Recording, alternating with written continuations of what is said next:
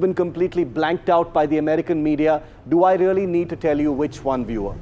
Do I really need to tell you that it was the killing of an Indian man in Dallas, Texas, the beheading of a man in a video that I'm about to show you, which will truly keep you up at night? That's the story that has been completely blanked out in the American media. And that's the reason why it is the big story tonight on India Matters. Let me show you what happened. I want to advise viewer discretion because this is a truly hair-raising video. It is a bigger story in my view than Charlie Kirk. It's a bigger story than any other crime because of the sheer mercilessness and barbarity of what happened. What you're looking at in these pictures, and I am not going to censor them, I'm going to make you hear the screams of the people involved, the wife and the son of Chandra Nagamalaya, who was chased by the man in white, repeatedly beaten with a machete, hacked at with a machete for over 4.5 minutes. I have compressed this video to only 2.5 minutes so I can tell you the whole story. Please see how his family stands there on the sidelines and continues to plead. What was the provocation? The motel manager, Chandra, walked into a room where this Cuban illegal alien, the man in white is an illegal alien, viewer. He had a minor dispute with him because he couldn't understand his language, and Chandra spoke to a third person and said, could you please interpret? That drove that illegal Cuban alien, who had been released onto the streets of America by the Biden administration in January this year, despite the man in white having a criminal record. Cuba refused to take him back, and therefore the Biden administration, with all its obsessions with immigrants, all its obsessions with criminals, all its obsessions with diversity and woke ideology, released that brutal murderer onto the streets of America. And here he is beheading an Indian origin, law-abiding man who was just doing his job. Let's just listen to this video. I want you to hear it, viewer.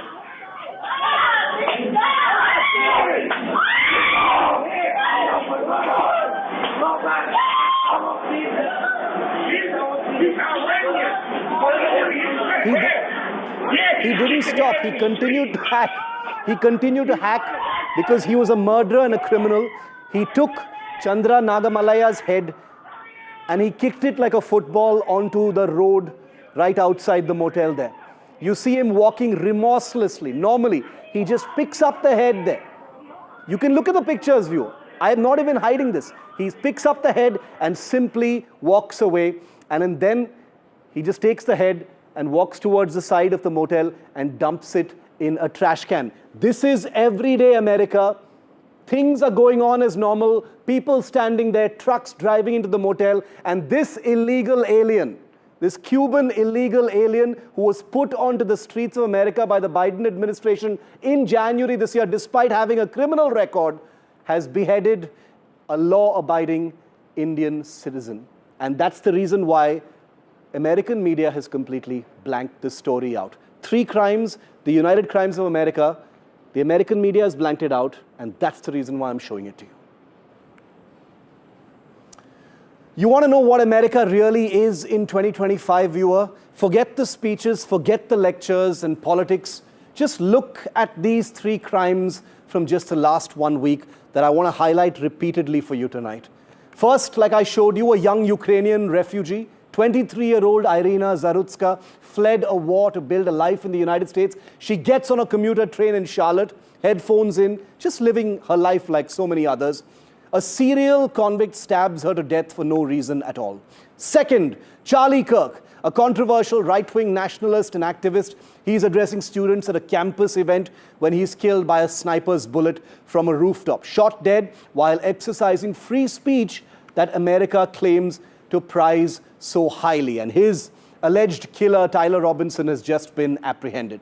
And third, Chandramouli Nagamalaya. The video I just showed you, the most shocking, barbaric murder that I can remember in recent memory. An Indian origin motel manager in Dallas. There is a minor argument over work. He's chased and hacked and then beheaded in front of his pleading wife and son in broad daylight.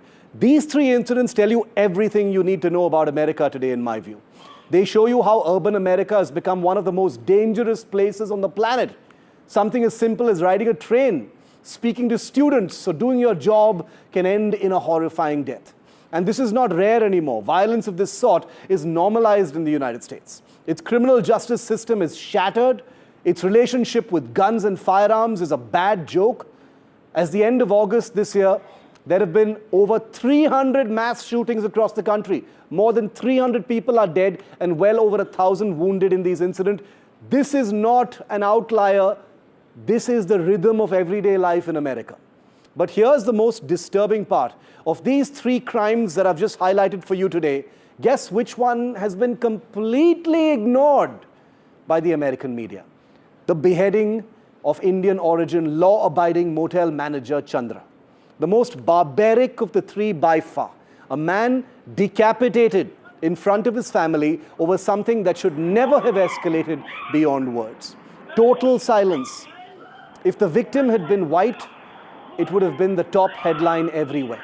Even the young Ukrainian woman's murder was reluctantly covered, and only after days of outrage, because the attacker happened to be black, and it didn't sit neatly with America's media diversity narrative. The Charlie Kirk killing was instantly a headline because a white conservative dying could be spun as a consequence of his own politics by one side and as told you so martyrdom by the other. And that is the final reflection on American society today. A country that picks and chooses which horrors to feel strongly about. A country where the worst crime of the week barely makes a ripple because the victim was the wrong color, like Chandra. A country where the most mundane everyday activity can end in you having 3 stab wounds in your neck, your throat wrenched out by a bullet, or your head chopped off. Donald Trump can lecture the world and pretend to be a peacemaker all he wants, but the real war is right there at home, and America would do well to face it. And joining me live now from the United States is Dr. Indu Vishwanathan. She's an Indian-American scholar and commentator. Dr. Vishwanathan, welcome. Good to have you back here on India Matters. We're all reeling, watching that terrifying video, Dr. Vishwanathan, of Chandra Nagamalaya, an Indian origin man, a motel manager, being so brutally beheaded in Dallas, Texas, in a society where we've become sort of inured to crime, we've become desensitized to crime. It's been a week of violent crime in the United States.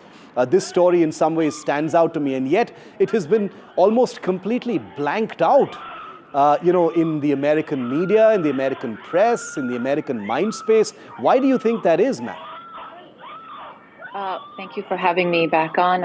It's an unfortunate circumstance. The first thing I think is just we need to send our heartfelt prayers to the family. I mean, for a child to witness their father, it's beyond comprehension. So first, the whole community surrounds this family in this moment. And I can perfectly understand why, especially from India, it seems like this particular story is being blacked out. It has been covered by local news. For sure, it's being covered by the local Dallas news. The lead, of course, is the brutality of the murder, and the murderer is being tried as a capital case, which in Texas, they have the death penalty in Texas, so he could very well face the death penalty in terms of their concept of justice around this. That said, the timing, of course, is terrible. You don't want timing for this at all, but it happened immediately after the Charlie Kirk case, or the Charlie Kirk assassination exploded all over, and he's a national figure.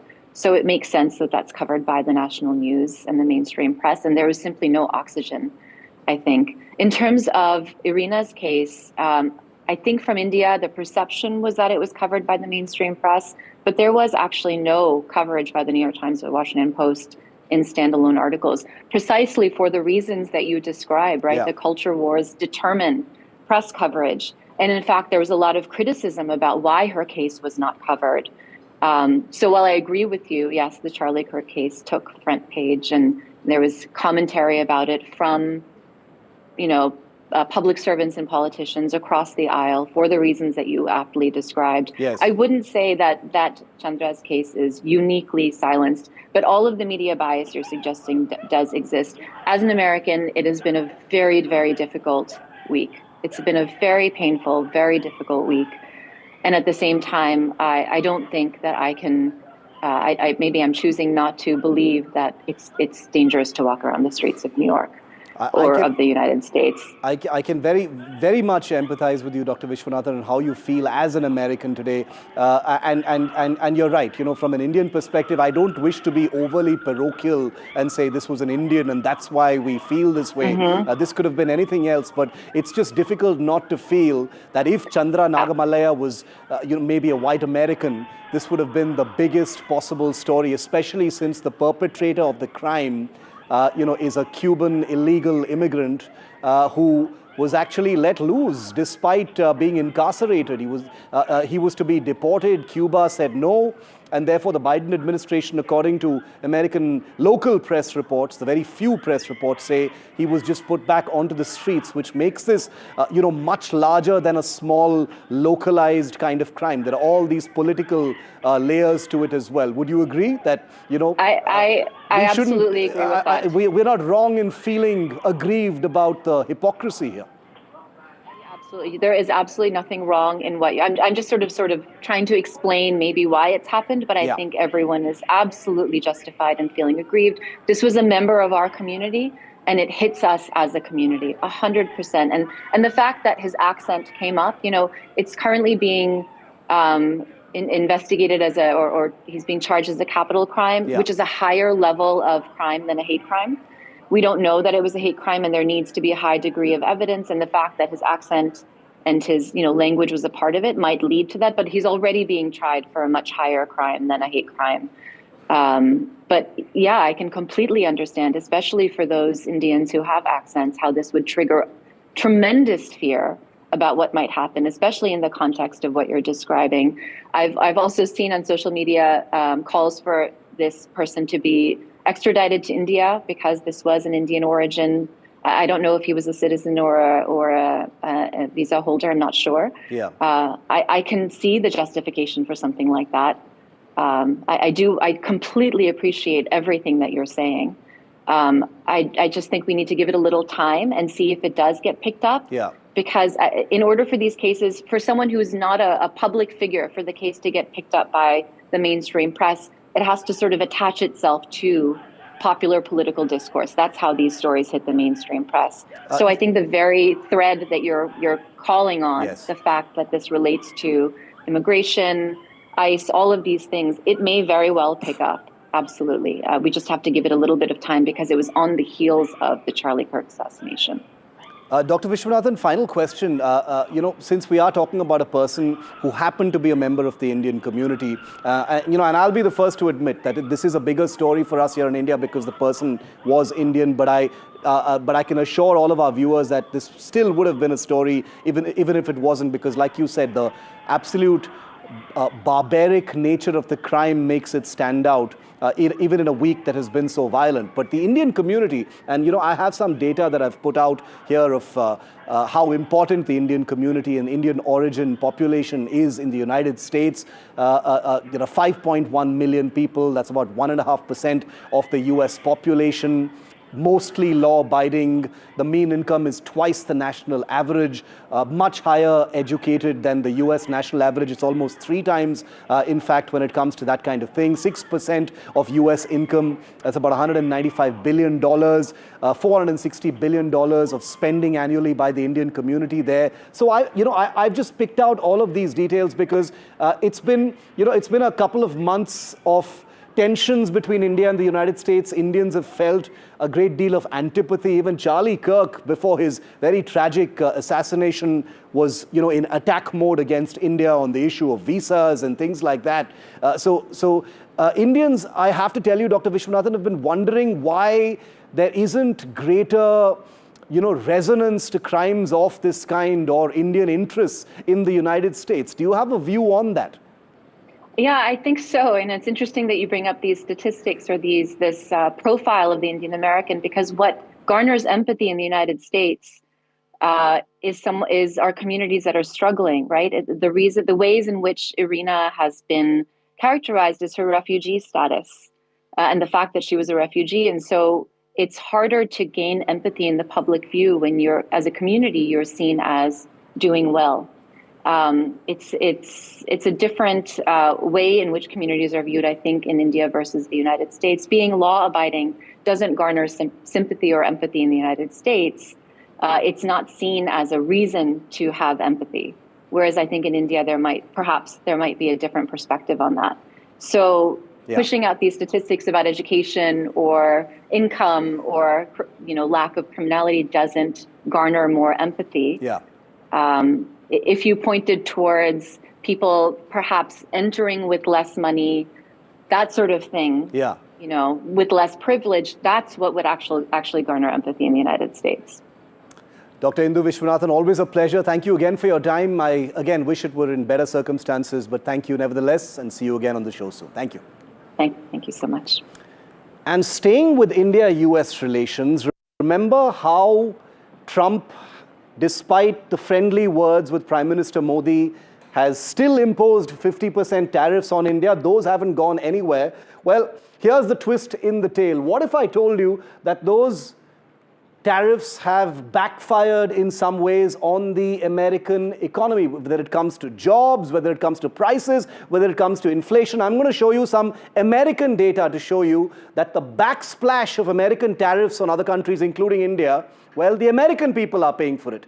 The US is paying for Trump's tariffs. Let's just show you a little bit. Consumer prices are climbing higher right now. It's seen the biggest jump in 7 months so far. Housing costs are up 0.4%. Food prices are up 0.5%. These are not small fractions, believe me, when it comes to this kind of thing. Groceries are soaring further to 0.6%. Annual inflation in the United States since the tariffs have been imposed, including on India, have rocketed to 2.9% in August. That's the highest rate since January, since Trump took over in February. Grocery inflation is the highest since 2022 on the back of the application of Trump's tariffs. And they're all piling up. Remember, viewer, they're all piling up. They haven't been cancelled just yet. Core inflation is rising again in the United States. This is being driven by housing and travel. The consumer price index is up 0.3%. Hotels, motels are climbing to 2.3%. Airline fares in the United States have soared to 5.9%. Now, the Fed is likely to cut rates. We don't know whether that will happen just yet, but markets expect a 0.25% reduction. Quarter point cut is expected next week. This has to happen if it is to control what turbulence is being seen. The tariffs are driving these price concerns. So this means that Trump is burning his fingers as far as the tariffs are concerned, and the American public is paying for Trump's belligerent diplomacy. Jobless claims surge are higher, the highest weekly total in the last 4 years. That is a claims jump by 27,000. The total hits 263,000 mark. The forecast was 235,000 only. Now, jobs data, which is very important because that is an emotive issue that Trump has been very keen on delivering on. Job data is under scrutiny on the back of these tariffs. Payrolls are overstated. Growth is stalling. 911,000 jobs overstated, over what was actually promised. The June posts rare job losses, growth nearly stalling in August. Job security fears intensify. Worker confidence has hit a record low in the United States in the last couple of months. Confidence is the lowest since 2013. Can you imagine that? Confidence in the job market is the lowest since 2013. Continuing claims of 1.9 million. That is really how bad it is. Meanwhile, as far as India-US relations is concerned, remember, India is about to get a new ambassador from the United States, and he's just had his confirmation hearing where some of the things that he has said have sparked a great deal of debate, controversy, and interest. He says, we have to stop the Russian oil. He, of course, is only echoing what the stated formal position of the United States is. He says that India is a great partner, but India must stop buying Russian oil. Ambassador to India, how do you view India's choice in light of U.S. tariffs and our strategic goals? Thank you for the question, Senator. President Trump has been crystal clear on this. They must stop buying Russian oil. And I believe almost every single member of this committee has co-sponsored Senator Graham's legislation, which has proposed a 500% tariff on secondary purchase and reselling of Russian oil. The president has only imposed a 25% tariff, and he's fully encouraging also our European partners and others around the world to stop that. Our tariffs work if our partners around the world are on the same page. If we're unilaterally putting tariffs on someone, but they're able to buy the same oil and resell the same oil through China, through India, through Brazil, that's a problem. And so we fully intend on fixing that.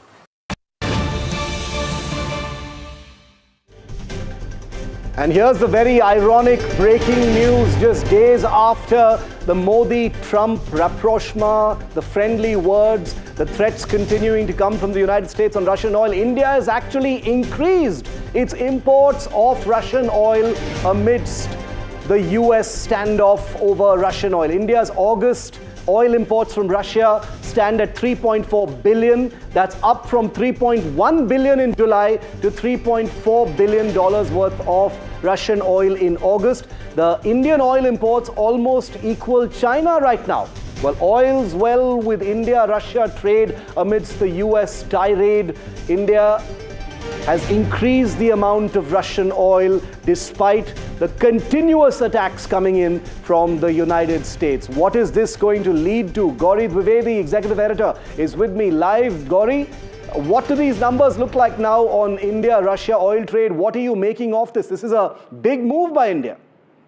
Well, if one were to look at the oil imports for India for the month of August, the trend actually threw up some very interesting aspects between intersecting the geopolitical headwinds that are taking place around the world. Now, there are two parallel trends, and I want to put that out one by one. And this is actually as per data that has come out by the financial data firm LSEG. Now, it has said two very important things. One is that there has been an 11% dip in the imports that have come from OPEC countries, USA and Qatar. That's a very significant fact. There's been an 11% dip for the month of August.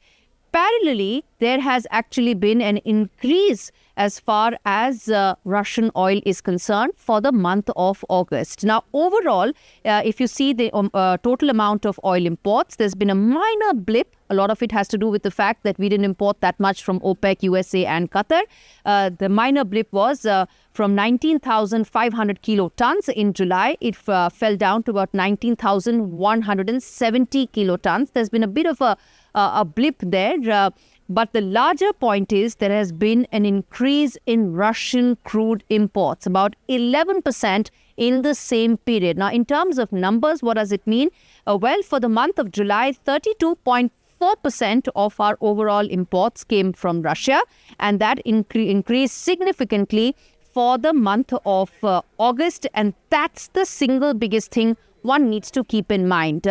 Which is that even as there are these global headwinds that are coming to light, where there's Trump administration's repeated diktats saying that if India continues to import Russian oil, there will be larger ramifications, there will be the 50% tariff, so on and so forth. In the wake of that, India has shown that no amount of bullying, no amount of talking down to will make it change its energy security roadmap. And that energy security roadmap requires that if you are one of the world's largest importers, you buy the cheapest available option on the table so that you keep your fiscal math under check. It also sends out a very strong message to Donald Trump and his administration that India will decide on the basis of the merits. It will not decide on the basis of somebody talking down to it. So that's the backdrop and context that one needs to keep in mind in terms of how we've increased our Russian oil import for the month of August. It also comes interestingly at a time when you had those interesting photo ops from the SCO that were flashed for the world to see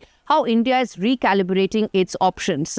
This data may not coincide with the exact time when those photos were taken, but it sends out the same message, which is we decide on the basis of the energy security concerns and requirements of our country. Also, at the same time, the data shows that Turkey is the largest importer of Russian natural gas. Turkey is actually a NATO member. Turkey is very aligned to the US when it comes to its military goals. How come no amount of these lectures have been given to Turkey or China, but all of them have been reserved for India? Even if they have been, well, India has responded saying we will decide what we should do on the basis of what works for us.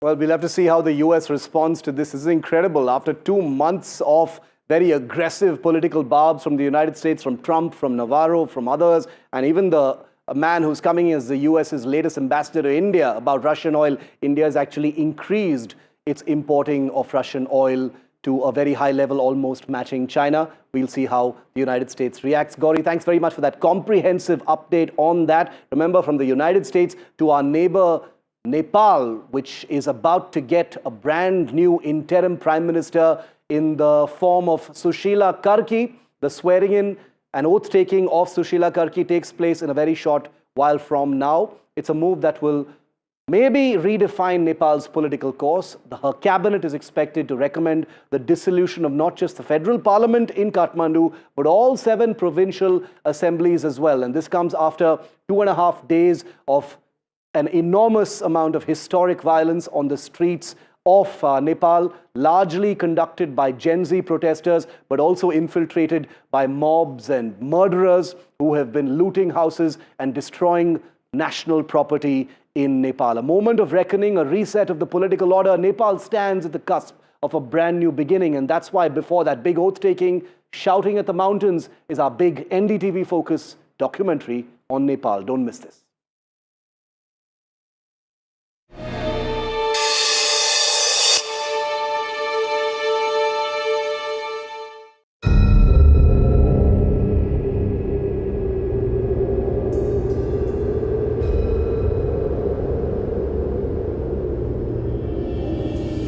A small landlocked country stretching from the level of the sea to the topmost point on the planet.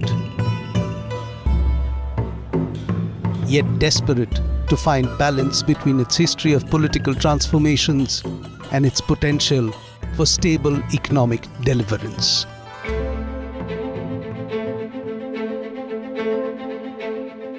Nepal, sandwiched between 2 of the most populous, powerful and influential countries of the world, once again finds itself standing alone at the junction of violence.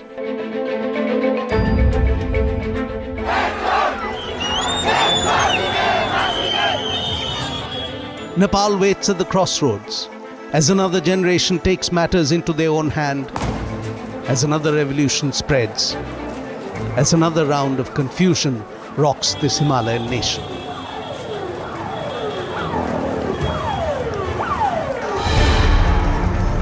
The country is in turmoil, the burning fires and the smoke clouds peeling back the years of endless turbulence that Nepal has had to undergo for decades now.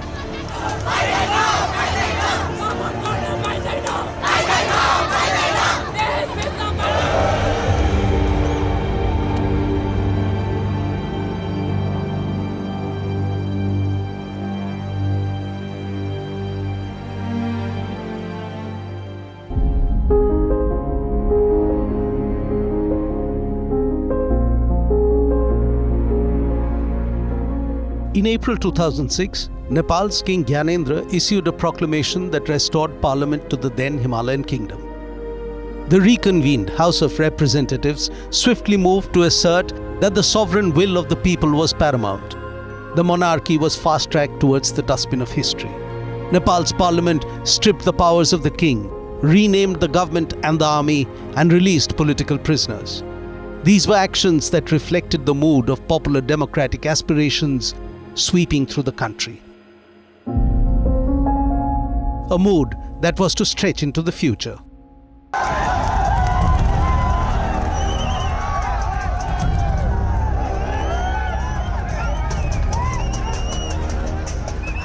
Right behind me, the entire Nepal parliament has been gutted and has been set afire by thousands of youth who are protesting against the Nepal government, controlled the protest, who has failed completely to keep the country united. And you can see these dramatic visuals of the historic parliament building of Nepal being gutted completely. The students and youth have come inside the parliament complex. Well, this is unprecedented. In your camera screens, you know, the visuals that we saw in Bangladesh, the visuals that you saw in Sri Lanka, now being repeated here with a youth uprising in Nepal.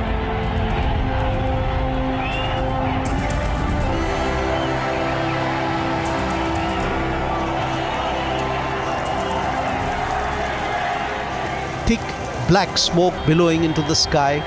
This is Kathmandu, capital of Nepal, on Tuesday, 9th of September 2025. For hours, crowds of Nepali youth had been storming the streets, fighting pitched battles of sticks and stones with the police.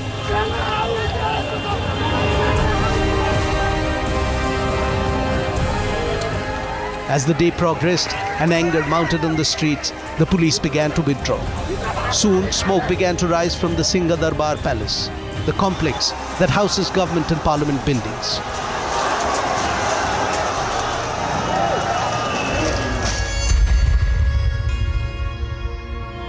By evening, the announcement that everyone had